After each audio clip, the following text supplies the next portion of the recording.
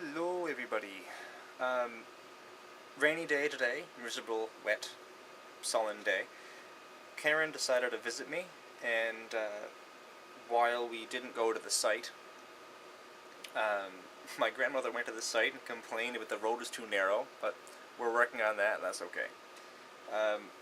So, Karen dropped by and we pulled out a dozen or more books on community design and farming and agriculture and building design, and one really keen book was a discussion of intentional communities, that sort of thing. But the most important thing we did today, I think, two of the most important things we did today were organizing the government type thing, the organizational structure of the whole community. And what Karen and I settled on, I'll back up. We looked at the, we looked at the town of Stephenville, land use, subdivision, and advertisement regulations from 91, which is fine because there is no zoning out here. There's no town council. The closest thing to a town council we have is the St. George's Regional Development Organization, which is responsible for providing fire protection and clean water and whatever else. Stephenville's across the bay. It's 40 kilometers across the pond, across Bay St. George. So they don't actually have any bearing on us, but this is good precedent. And really put me on the right track. I'm liking, in some ways, what we have now better than I did before. So, most importantly, there are some definitions I want to share with you. Conditions, Schedule C. I can't promise this will be terribly interesting, but it's important. First of all, agriculture is defined in this as agriculture means horticulture, fruit growing, grain growing, seed growing, dairy farming, the breeding or rearing of livestock, including any creature kept for the production of food, wool, skin, fur, or for the purpose of its use in the farming of land, the use of land as grazing land, meadowland, osier land, O-S-I-E-R land, market gardens and nursery grounds, and the use of land for woodlands where it has an ancillary use to the farming land for any other purpose, and agricultural shall be construed accordingly. Which means we fit agricultural pretty thoroughly. That was important.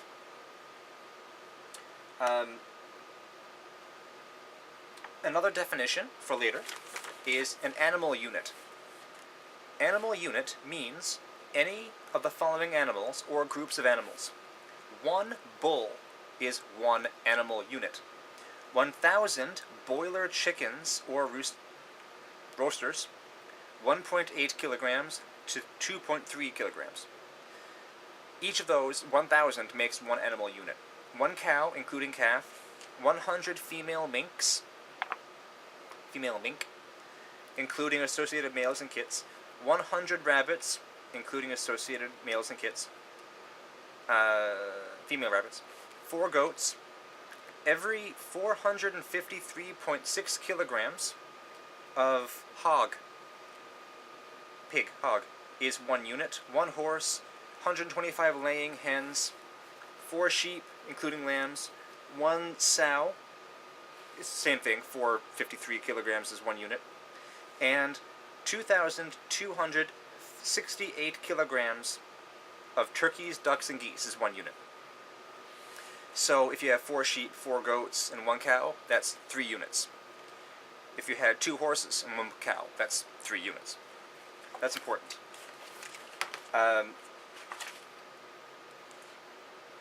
And that's pretty much the most important stuff there. Now,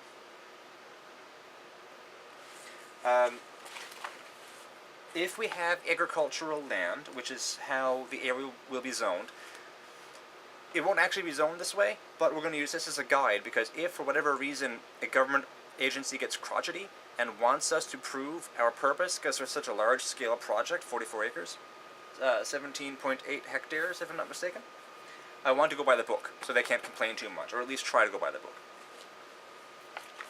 An agricultural lot, permitted uses for agriculture. Agriculture, agricultural, animal, and conservation.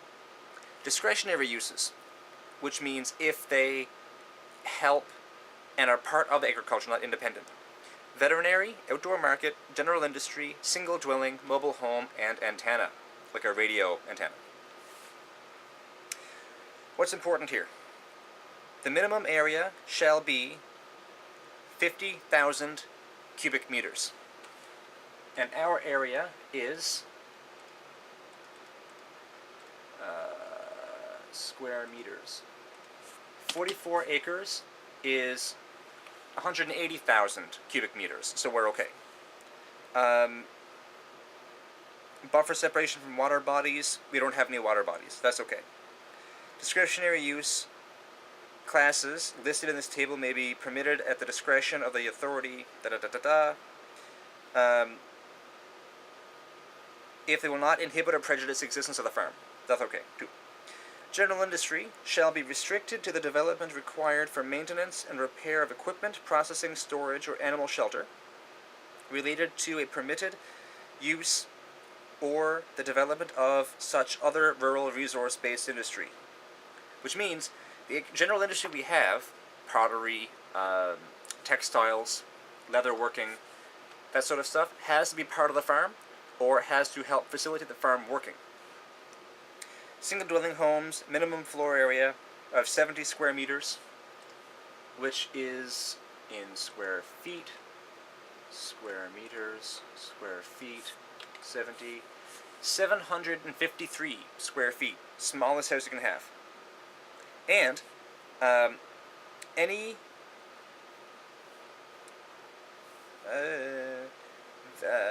shall not be permitted within 600 meters of the structure designed to contain more than 5 animal units. That's why I mentioned that earlier.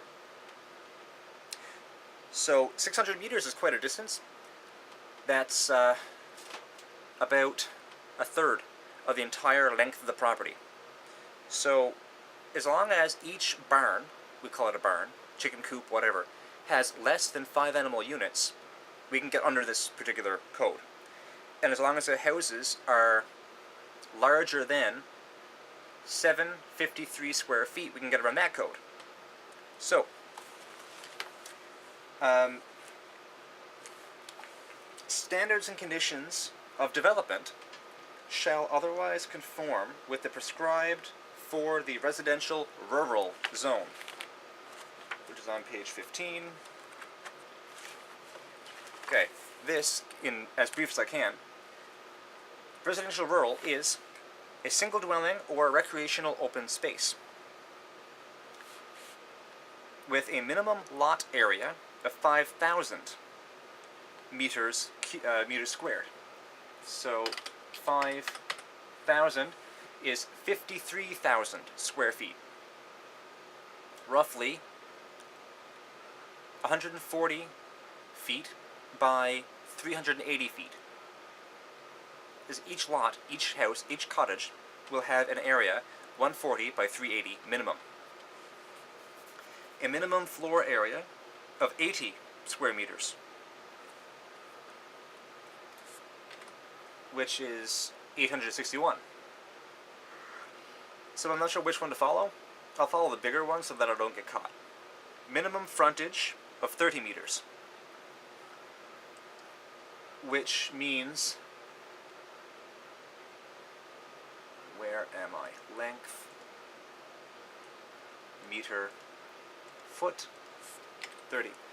98 feet of that property has to be along a road. That's all, a road. Whatever the driveway is attached to, because in case you're in the cul-de-sac or whatever, as long as the driveway is on a road that is a 100-foot wide bit of land with road on front of it. The building line setback, which is how far from the center line of the road you can start construction, has to be between 50 and 100 feet. You can't build any farther away than 100 feet or any closer than 50. 50.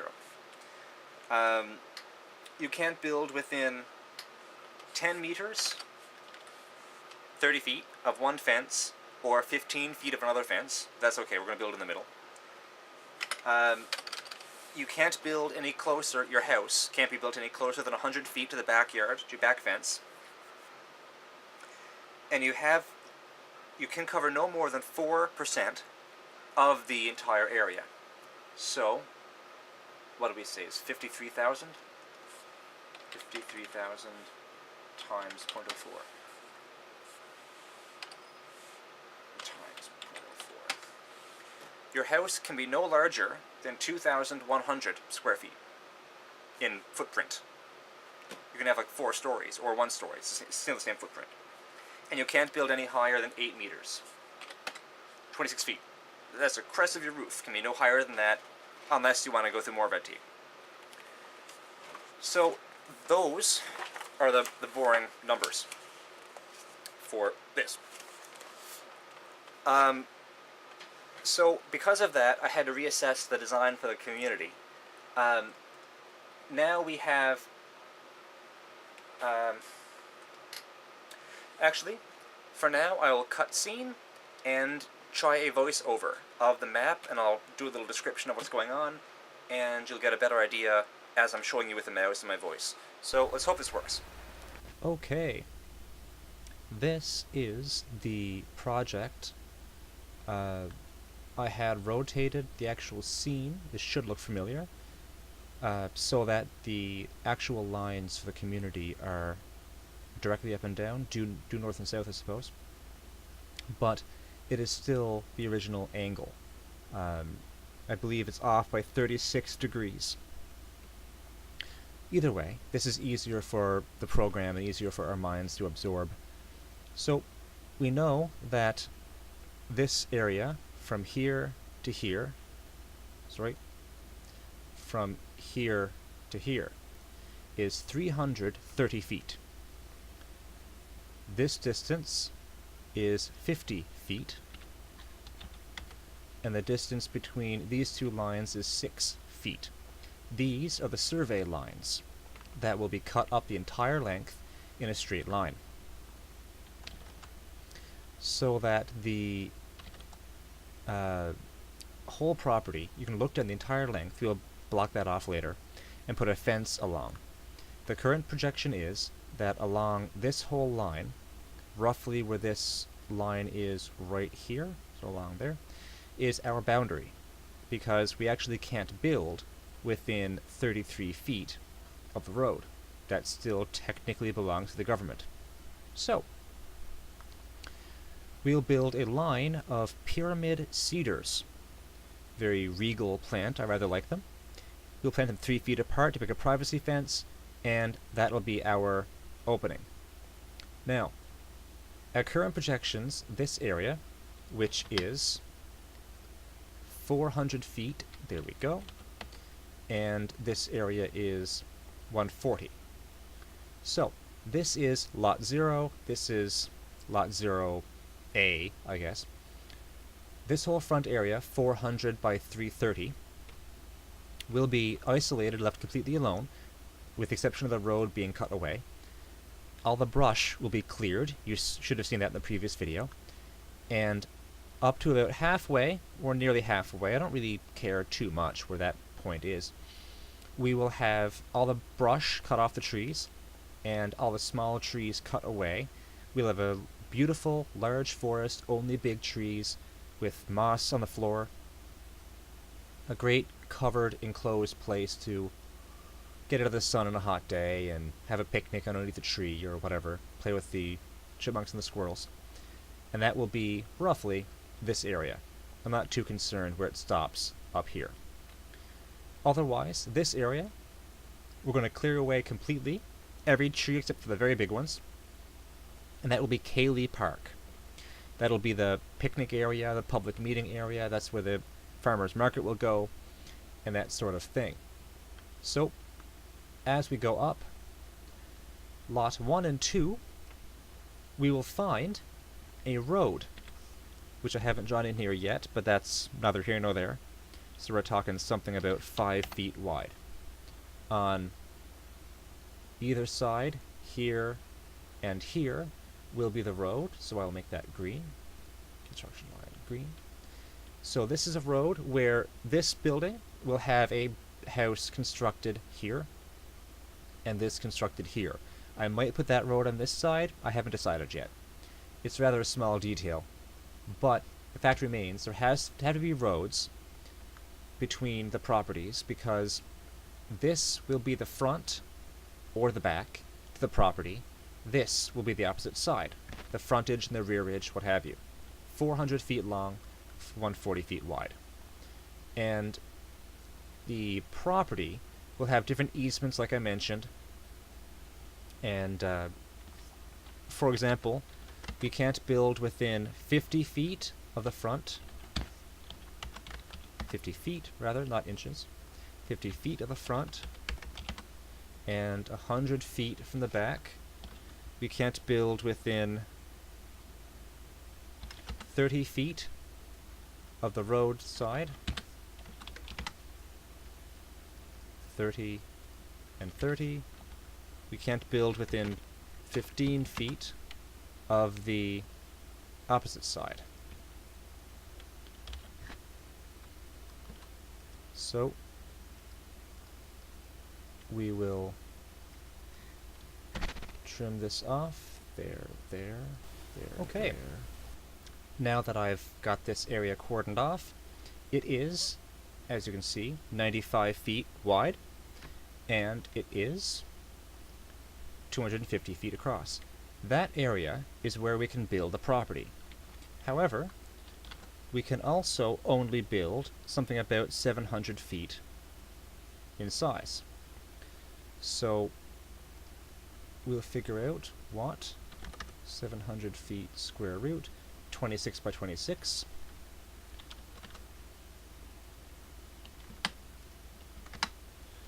So 26 feet.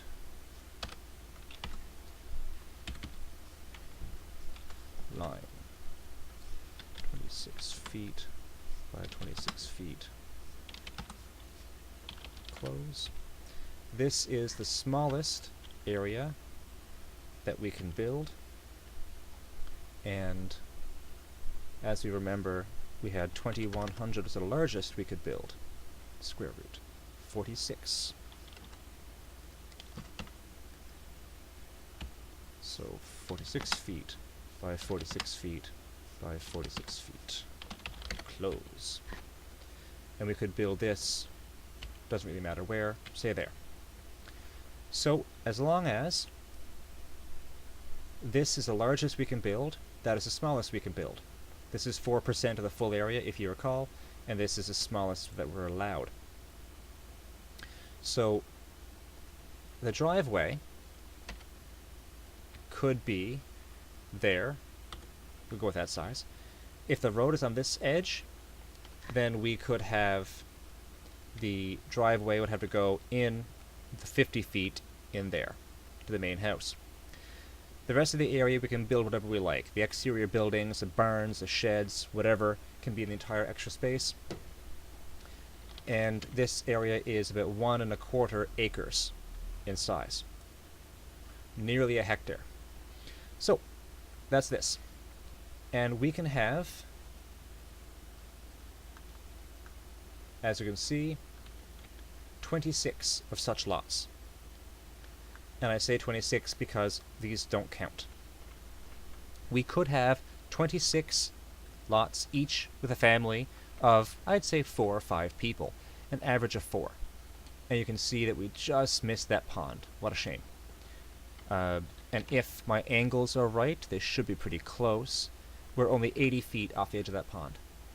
That's on Don Downey's land. I wonder what it would take for us to get some access to that. That's another matter entirely. But 26 houses. So, theoretically, we can have about 100 people if we have 4 people per house. So the idea Karen and I had discussed was a sociocracy-based system where each industry has a guild, and the guild has maybe up to 10 people who work there or are concerned by it, have worked there, still work there, plan to work there. They discuss among themselves as a council, and they elect one person to represent them, or 2 people to represent them on the higher level tier. That guild will attend, the representatives of that guild will attend the Grand Council.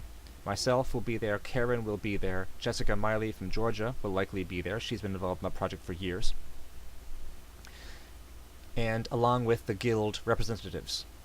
And the guild want an idea, they want a greenhouse, they want a new lathe, they want a new whatever.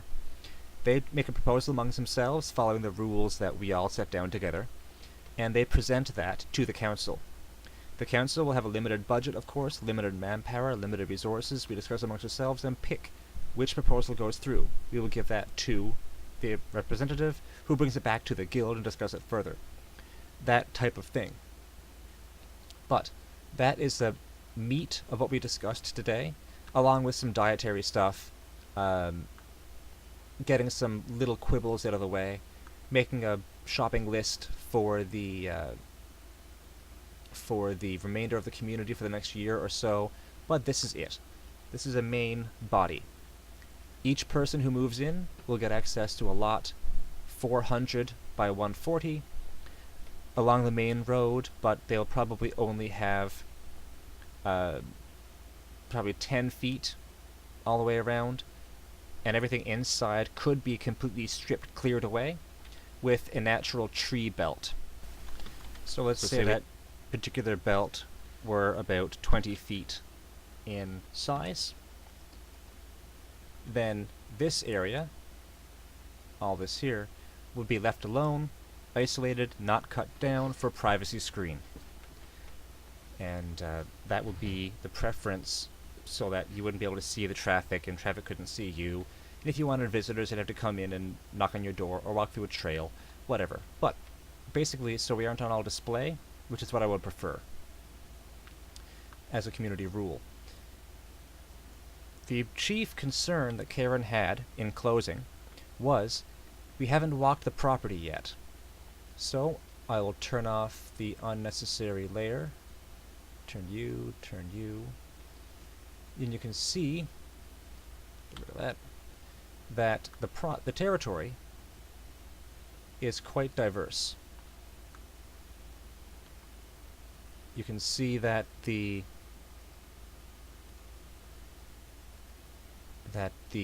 territory is very wooded in some sections and heavily wooded in others. And there is this trail that predated Mr. Downey. And further up, we get some wet sections. And that becomes problematic when the area we intend to have houses could be very swampy. 11 and 12 might not even be worth building on. 10 might not be worth building on. Which means we'll have to somehow plow a road through, build it up. 13 and 14 look great.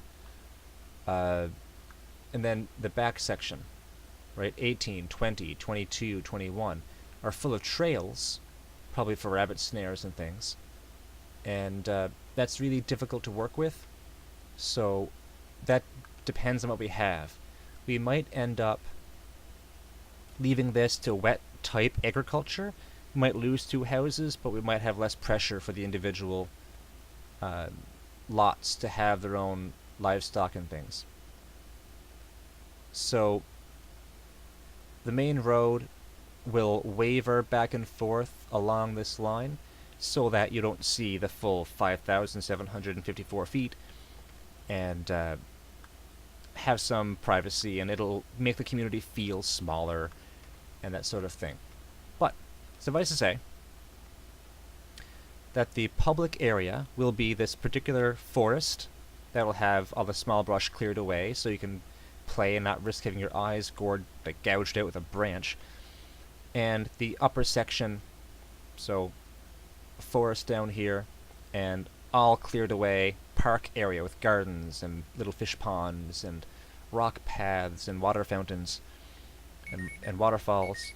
All that will be that area. With the housing lots will begin 400 feet up, with each one 400 feet deep. So, that's it for this, and I hope you enjoyed, and I hope it all worked, and I appreciate you watching and being patient with me. Hello again.